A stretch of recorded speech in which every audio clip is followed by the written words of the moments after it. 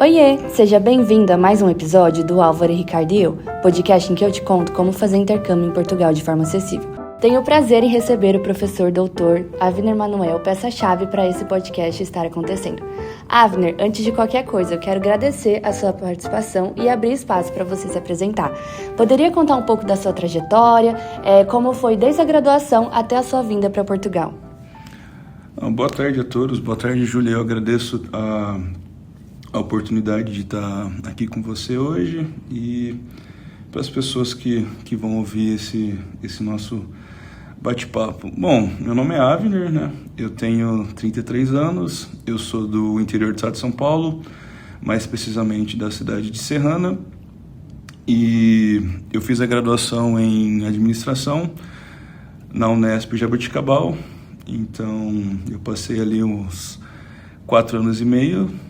Depois eu fui para a Universidade de São Paulo, para a FEA USP Ribeirão Preto, onde eu tive a oportunidade de fazer o mestrado, o doutorado e depois mais um período de pós-doutorado.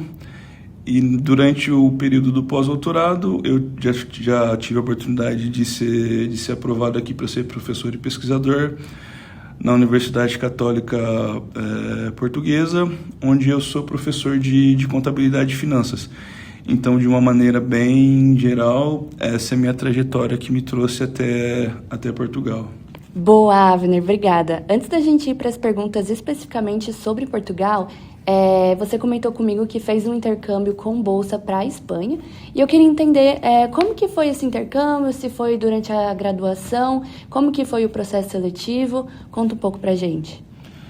Então, na verdade, eu tentei essa oportunidade por 2 vezes. Na primeira não consegui, mas na segunda sim, que foi o programa Top Espanha do Banco Santander. Então, todas as pessoas que foram selecionadas, nós tivemos a oportunidade de estudar na Universidade de Salamanca por 1 mês praticamente, né? E aí a gente foi selecionado e nós fomos primeiramente para Madrid. Depois a gente deu uma passadinha por Ávila, por Toledo, e a gente teve aí mais ou menos, se não me falha a memória, 3 ou 4 semanas de aula de espanhol na própria Universidade de Salamanca. Então foi um período muito interessante da minha vida, porque até então eu nunca tinha saído do país. E como você mencionou, foi uma oportunidade que financiou tudo. Então, desde a minha saída de Ribeirão Preto para São Paulo, voo de São Paulo para Madrid, todas essas viagens, todas as alimentações, pelo menos o café da manhã, o almoço e a janta.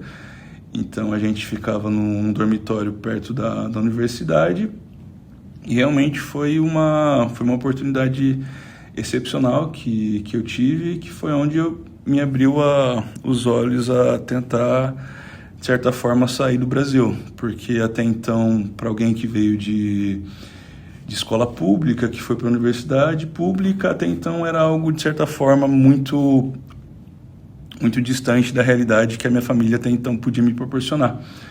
Então foi um período que realmente foi um marco na minha vida, porque eu falo que eu dividiria o Avner antes de 2013, quando eu fui ali no comecinho de junho, ou meados de julho, não lembro exatamente o mês, mas foi nesse período aí de junho e julho, e quando a minha mente abriu para outras oportunidades, então foi onde eu realmente comecei a vislumbrar a sair do Brasil. Só que é até algo meio frustrante, porque eu tive essa oportunidade pelo Santander, e até então eu tinha como meta voltar. Só que aí eu fui para o mestrado, fui para o doutorado. No mestrado eu tive uma oportunidade de ir para a Espanha, só que não tinha funding, não tinha recursos, e até o período do mestrado era muito curto. O mesmo aconteceu no doutorado. eu tive uma oportunidade para ir na Universidade de Bocconi, na Itália, para fazer o doutorado de sanduíche. Só que aí a gente teve... Meu projeto foi recusado. E aí, quando eu tive a proposta, quando foi aceite, o professor que ia me receber foi para os Estados Unidos. Então, foi um período muito difícil, né? Porque o doutorado em si, até por todas essas incertezas que a gente tem no Brasil, do que a gente vai fazer depois de acabar o doutorado. Então, digamos que foi uma frustração, porque eu não consegui sair durante o doutorado. E quem diria que depois de tudo isso, no fundo, eu estaria aqui na Europa como professor e pesquisador. Sim, que legal. No fim deu tudo certo. E que bom que você comentou dessa oportunidade da Espanha, porque o Santander ele traz várias possibilidades de bolsa. Você comentou que foi em 2013, mas esse edital ele existe até hoje. Eu até posso deixar o link do último edital aqui no descritivo do episódio. E eu queria que você contasse, então, como que foi o processo seletivo. Provavelmente ele mudou desde então, mas se você pudesse dar uma passada por cima. Claro, na verdade o Santander, ele tem um processo seletivo, mas ele é um programa de bolsa que é muito amplo, então ele envolve várias universidades. E até então, onde eu sabia, cada universidade era responsável por selecionar os seus alunos. Então, na época eu estudava na Universidade de São Paulo, na Universidade Estadual Paulista, na Unesp. E eu lembro que eu fui para a última fase na reitoria em São Paulo com outros 15 alunos. E só eram 4 vagas. Então foi um momento que eu fiquei feliz por ter ido para a última fase, mas então eu sabia que... Eu lembro que fui o segundo ou terceiro entrevistado e eram apenas 4 vagas. Então eu concorri com todos os alunos da Unesp inteira. E sei lá quantos campi que tem na Unesp, mas foi um processo bem concorrido, né? Bem concorrido mesmo, até porque na época até então eu tinha a melhor média da minha turma, e mesmo assim, um dos pontos mais importantes que eu lembro dessa entrevista foi que eu estava em 2013, meu último ano seria 2014, então aquela seria a última oportunidade que eu teria, porque no ano seguinte eu teria que fazer um estágio obrigatório, então só se eu adiasse meu curso, mas eu falei, essa já é a segunda vez que eu estou tentando, então teoricamente essa é a última chance que eu tenho. Então, fora todo o contexto de mérito, esse foi um dos fatores que me veio à cabeça, que foi muito preponderante para eu conseguir ser um dos 4 alunos da Unesp até então selecionados. E é até engraçado falar, Júlia, porque agora, quando refletindo sobre o período, porque assim, tinham vários alunos da USP, da Unesp, das federais, tinha o pessoal do Exército, grande parte era do Exército, então tinha o pessoal das Forças Armadas, da Marinha, etc. Eu fiz muitos amigos durante esse período, mas hoje eu pego para lembrar o que esses outros alunos viraram. Juiz, outros professores. Então, de certa forma, foi um programa de bolsa para auxiliar alunos de alto rendimento, que hoje você realmente percebe que foi um investimento, de certa forma, certeiro, porque hoje você vê onde essas pessoas chegaram. E muitos, até então, a gente sabe que não teriam condições de custear tudo isso contando apenas com recursos da família. Sim, que legal escutar isso. O intercâmbio, ele abre muitas portas, né? E como você acha que esse intercâmbio, ele te impactou, seja pessoalmente ou profissionalmente?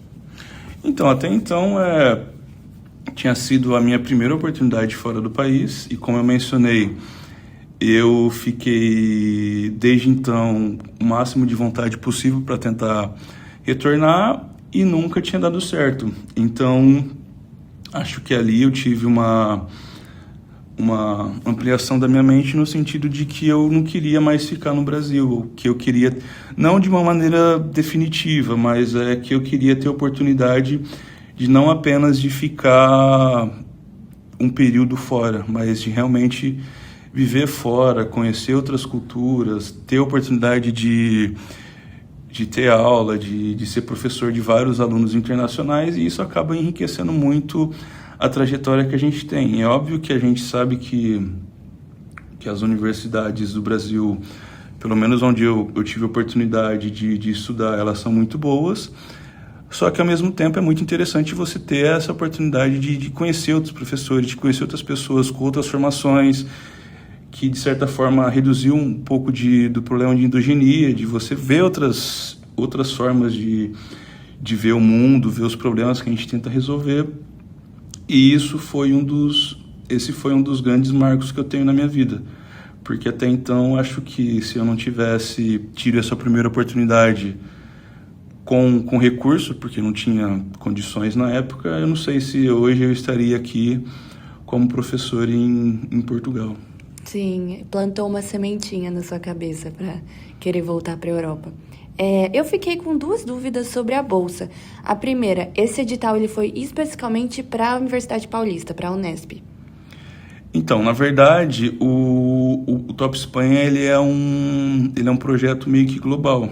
Acho que, inclusive, ele tem em outros países. Só que aí ele destina determinadas vagas específicas para cada universidade.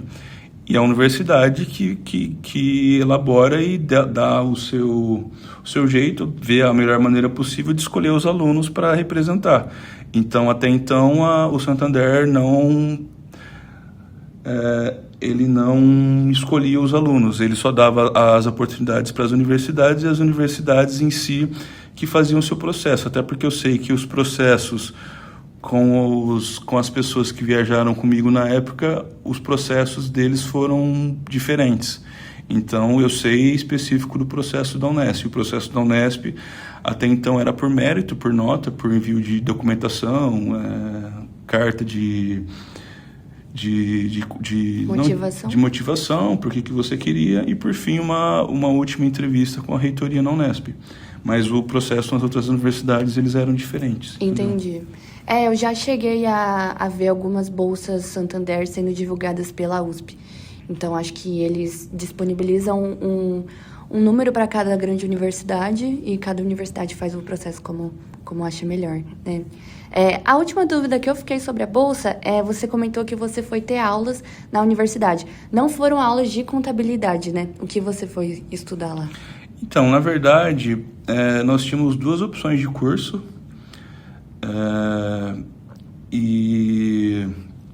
Mas eram cursos até então porque a Universidade de Salamanca, né, que fica em Salamanca, na Espanha, né, era uma universidade, eu não lembro se é de 1208, acho que é 1208 ou 1218, lembro que ela ia fazer 800 anos agora. É uma universidade que durante fora as questões de todos os cursos possíveis, eles também são muito fortes no oferecimento de cursos de língua. Então, eu tive essa oportunidade, mas eu também tive a oportunidade de fazer um curso de língua voltado para business, voltado para negócio. Só que aí, como estava fora do meu horário, estava muito espaçado em relação ao horário, acho que era no horário da tarde, eu optei por de certa forma, concentrar as minhas aulas no período de amanhã. Então, eu tive o curso de gramática e, ao invés de fazer algo mais voltado para espanhol relacionado ao business, eu optei por aulas de redação. Então, todas essas aulas que eu fiz lá foram mais voltadas realmente a desenvolver mais o espanhol. Até porque então eu já tinha feito o curso de espanhol, então foi uma oportunidade realmente de avançar e ter um intensivo próprio na Espanha. E é engraçado porque isso foi em 2013 e esse ano, 2025, foram quase 10 anos depois, e esse ano eu tive a oportunidade de voltar para a Espanha. Então foi um momento de muito saudosismo, porque até então foi a primeira vez que eu saí do país. E aqui voltando para a Espanha agora mais como turista, para relembrar os locais, tudo que passou. E um dos pontos que eu gosto muito na Espanha é que os museus, todas essas questões mais culturais, elas são gratuitas para os professores. Então, todos os ingressos para museu e etc., no meu caso, foram tudo gratuitos e eu não precisava mostrar nenhum comprovante. Eu entrava no website aqui da universidade, mostrava minha foto como professor e eles deixavam entrar. Que legal, que legal. É muito gratificante voltar depois de tantos anos. Você chegou aí para Salamanca de novo? Não, eu só fui para Madrid, até porque foi algo no meio do período das aulas. Então eu optei só por ir para Madrid, até porque até então é muito recente, né? Eu completei 2 anos, mas geralmente quando eu tenho um pouco mais de tempo eu acabo optando por voltar para o Brasil para ficar um pouco mais com a minha família. Então eu já viajei muito para a Europa aqui desde que eu cheguei aqui, mas nunca foi no sentido de ficar tanto tempo. Mas uma das minhas vontades ainda era ficar um mês, por exemplo, e refazer um intensivo de espanhol na própria Universidade de Salamanca, porque a Espanha em si é um país muito, muito bonito, que me traz muitas memórias boas, e é algo que de certa forma me estimula positivamente a me dedicar, porque até então esse era um dos pontos que eu tive como benefício por ser um aluno até então dedicado, que foi ter essa chance de sair do país com tudo praticamente pago pelo Santander. Eu lembro que na época, até uma curiosidade, eu acho que eu fui da minha conta própria, porque eu era bolsista FAPESP na época, acho que eu vim para a Espanha com 300 euros. Mas aí 300 euros eu brinco que eu usei para, sei lá, comprar presente, comer umas coisas diferentes, nada muito fora do normal, apenas para, sei lá, de certa forma, aproveitar e levar algumas lembranças para minha família na época. Boa, que legal. Espero que esse relato da bolsa inspire a galera aí. Avner, indo agora para as perguntas sobre Portugal. O que te motivou, então, a mudar do Brasil para Portugal? Qual foi o ponto determinante para essa sua decisão? Então, Júlia, eu acabei o doutorado num período bem complicado, né, que foi na época do Covid, e até então não tinha vaga, mesmo no Brasil, mesmo na Europa, então estava praticamente tudo fechado. Então, na época, eu voltei a trabalhar como gestor numa empresa, e ao mesmo tempo que eu ingressei no pós-doc. Só que no pós-doc até então não tinha recursos, era por conta própria. Só que eu tinha um objetivo, como eu sou do interior do estado de São Paulo, e isso não é falando mal dos outros estados, mas eu tenho a minha família, eu sou muito próximo aos meus pais, ao meu cachorro, e eu tinha como meta: se eu não tivesse nenhuma oportunidade para ficar a 30, 40 quilômetros da minha família, eu prefiro ir para a Europa. Então, eu tentei algumas oportunidades no Brasil, só que a gente sabe que às vezes as vagas no Brasil elas são muito escassas. A gente tem alguns problemas, que eu nem vou entrar em detalhes, mas o ambiente de educação, de como pesquisa, ele é um pouco diferente na Europa, pelo menos na minha área de business. Eu não posso falar em detalhes sobre as outras áreas, posso dar maiores detalhes sobre a área de negócios, que é onde eu estou situado, onde eu sou professor. Então, o meu objetivo era ser professor, porque eu amo dar aula, mas ao mesmo tempo eu não gosto de ter essa visão, como via muitos dos meus professores, que eles não gastavam, mas a maior parte do tempo que eles tinham, eles davam aula. E eles não tinham tanto foco em pesquisa. Então, esse é um dos pontos que é bem diferente dos locais onde eu tive a oportunidade de estudar no Brasil como aqui na Europa.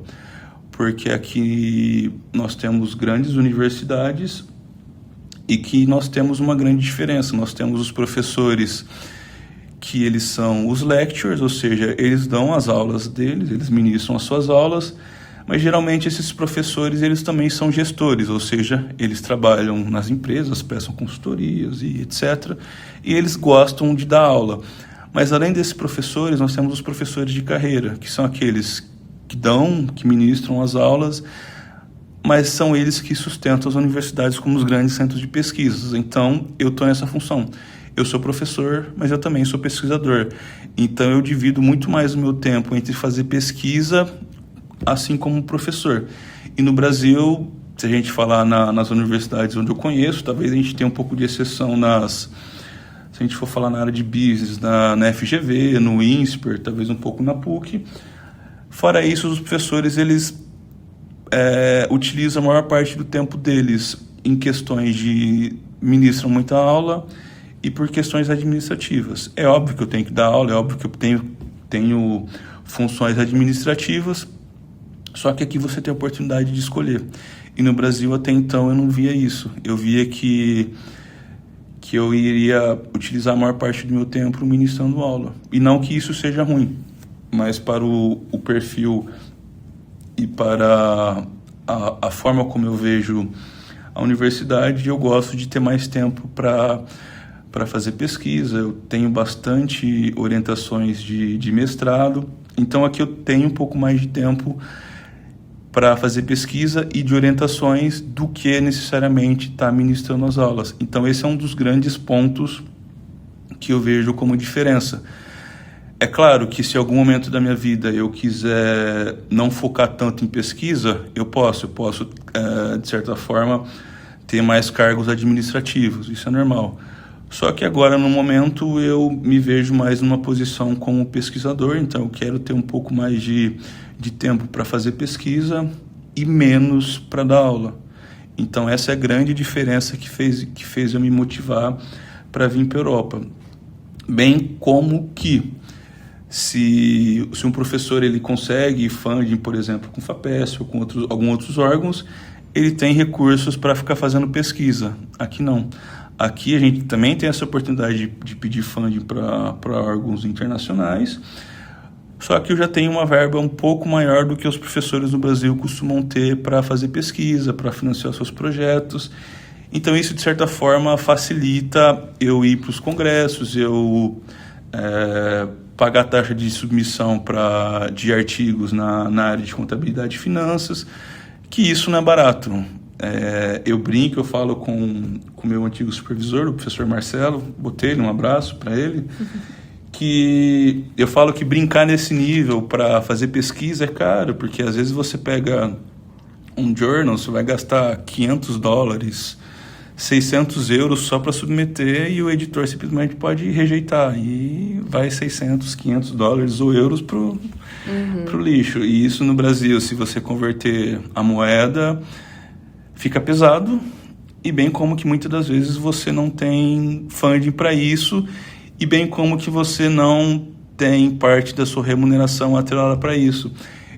É óbvio que algumas universidades, eu sei mais em particulares, que os professores recebem quando eles conseguem publicar artigos de determinados níveis, tem algumas especificações, mas se a gente for falar das universidades públicas, você tem uma questão de carreira para subir, etc., mas de certa forma você não tem tanto incentivo para ficar publicando como nesse alto nível na nossa área. E esse é um dos pontos que você percebe nas nossas universidades, na área de business. Nós temos vários professores bons, excelentes, só que como eles não têm, de certa forma, muito incentivo para fazer pesquisa, nós vemos que eles seguem uma outra trajetória.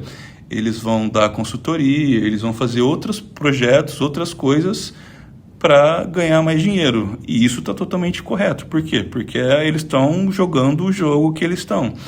E, pela minha visão, pela minha idade, não é um jogo que eu quero a curto prazo. Eu tenho meus objetivos, o que eu pretendo até então. Então, a minha orientação mais para o momento é conseguir estar disputando, brigando na construção de artigos de alto nível. E isso, de certa forma, demanda muito tempo. Então, é até engraçado quando a gente pega para considerar os professores das nossas universidades no Brasil, são poucos que publicam nesse nível. Por quê? Porque falta incentivo, bem como que eles vão gastar muita energia para fazendo isso, e eles têm um trade-off onde que eles vão ganhar muito mais dinheiro fazendo outras coisas. Então esse é um ponto, é uma visão que às vezes as pessoas não entendem de como que funcionam. Então aqui na Europa você tem essa oportunidade de certa forma, que se você tem um viés, não um viés, mas digamos que um perfil mais acadêmico, que você gosta realmente, você tem essa paixão por fazer pesquisa, aqui você tem essa oportunidade de ter uma carreira mais voltada para isso. É óbvio que você vai dar aula, óbvio, com certeza. mas você consegue, de certa forma, utilizar mais o seu tempo para isso. Entendi. Caramba, não sabia dessa diferença, mas agora te escutando consigo enxergar isso, né, nos meus professores lá no Brasil. E você comentou, então, de vários pontos positivos da sua vinda a Portugal, mas falando um pouco de dificuldades, quais os principais desafios que você enfrentou ao mudar para Portugal? A minha família às vezes brinca comigo que eu amo o Brasil, mas tem muita coisa errada no Brasil, a gente não pode deixar isso de lado. Mas eu falo que a parte de documental no Brasil ela é muito boa, porque se você quiser tirar um passaporte, se você quiser tirar o seu RG, é muito rápido. Aqui em Portugal é um problema muito sério no país, porque as questões regulamentares elas são muito ruins, extremamente muito ruins. Eu vim para Portugal com o visto de trabalho e eu até brinco que eles chamam de visto altamente qualificado. Só que, assim, eu vim para Portugal e eu fiquei 2-3 dias ligando o dia inteiro pro até então instinto, acho que é CEF, não me recordo, para tentar fazer um agendamento.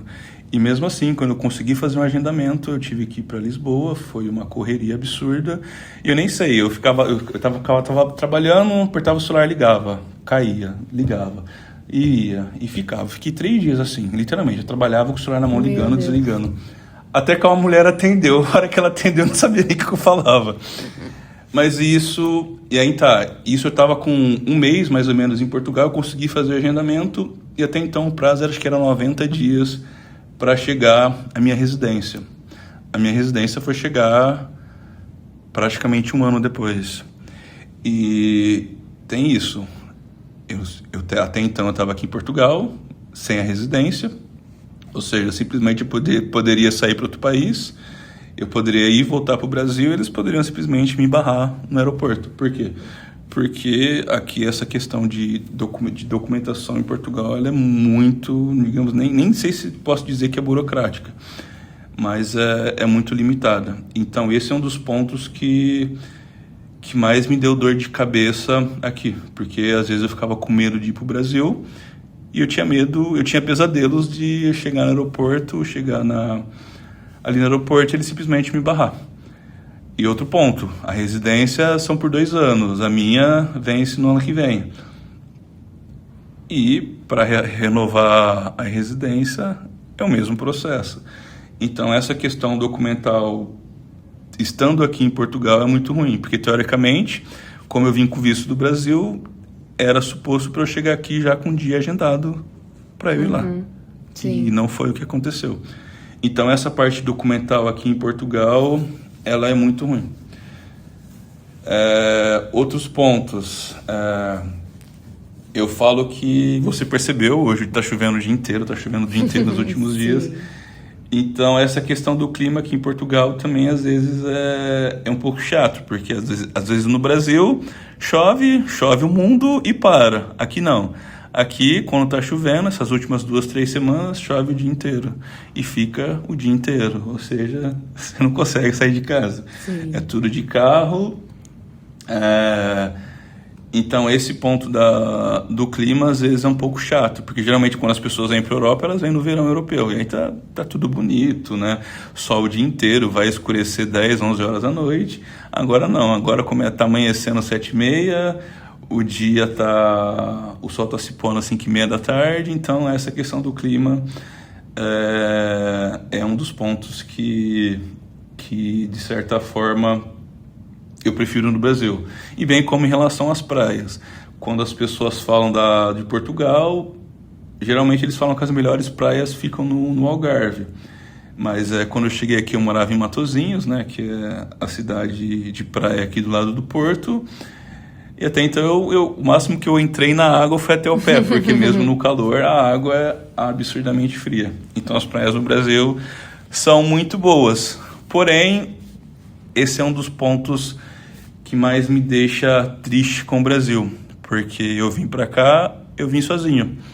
E eu lembro de eu estar ministrando aula esse dia, e eu falei para meus alunos que uma das primeiras vezes que eu fui na praia, eu não podia entrar na água porque eu estava com meu celular e com a minha carteira. E os alunos falaram: mas professor, se você deixar o seu celular e a sua carteira na areia, ninguém vai mexer.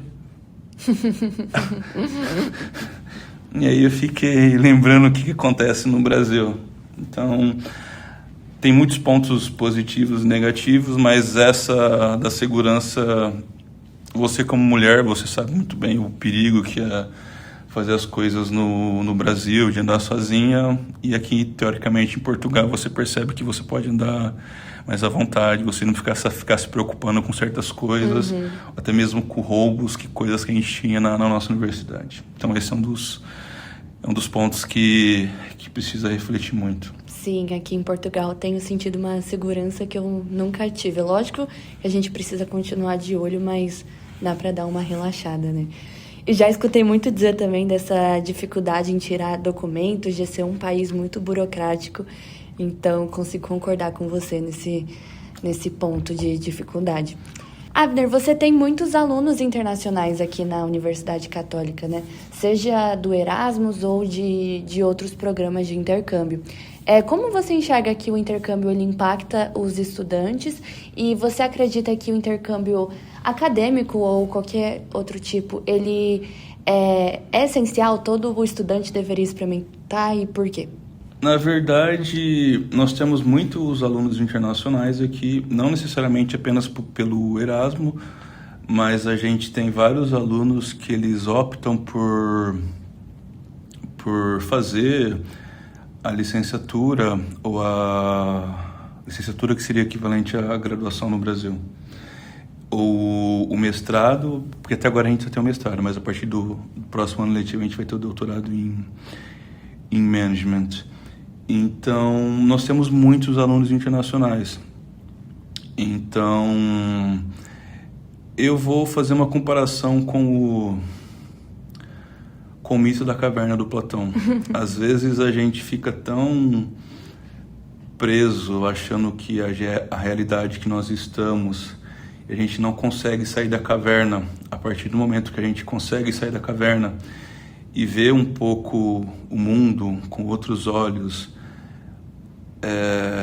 a nossa mente costuma se expandir ao ponto de a gente ver as coisas por outras percepções, ter a oportunidade de ver pessoas de outros países com culturas completamente diferentes. Você já percebeu aqui, diferentemente do Brasil, que se a gente não está numa área muito turística, a gente vai ver a maioria das pessoas falando em português, mas aqui você vai ver pessoas falando inglês toda hora, você vai ver pessoas falando em espanhol toda hora, você vai ver pessoas falando francês, alemão, italiano. Então aqui, por ser uma região muito turística, por ser uma região que tem muitas pessoas de fora, então tem muitas pessoas falando outros idiomas. Então, mesmo que considerando que nós estamos em Portugal e que a língua nativa é o português de Portugal, né? Porque é diferente. Você tem a oportunidade de estar utilizando outros idiomas a todo momento. Então, assim, eu ministro aulas em português e inglês. Então, eu tenho os alunos em português, mas eu também tenho os alunos que podem ser portugueses, que estão fazendo curso internacional. Então, eu tenho essa oportunidade. Então, eu já tive aluno da Rússia, aluno dos Estados Unidos, aluno do Chile, do Peru, da França, da Alemanha. Então, assim, a gente tem alunos de vários países, brasileiros, inclusive. Então, eu gostaria de dizer que se você, de certa forma, não teve uma oportunidade de fazer intercâmbio, que talvez seja algo que mude realmente a sua vida, a forma como você veja as coisas.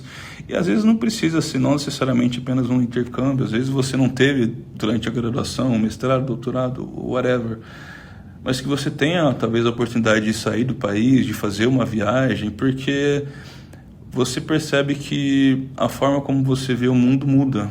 E aqui na Europa, né, um país muito histórico, às vezes você vai nos museus e aí você fica lembrando das aulas de história, aconteceu isso, foi aqui.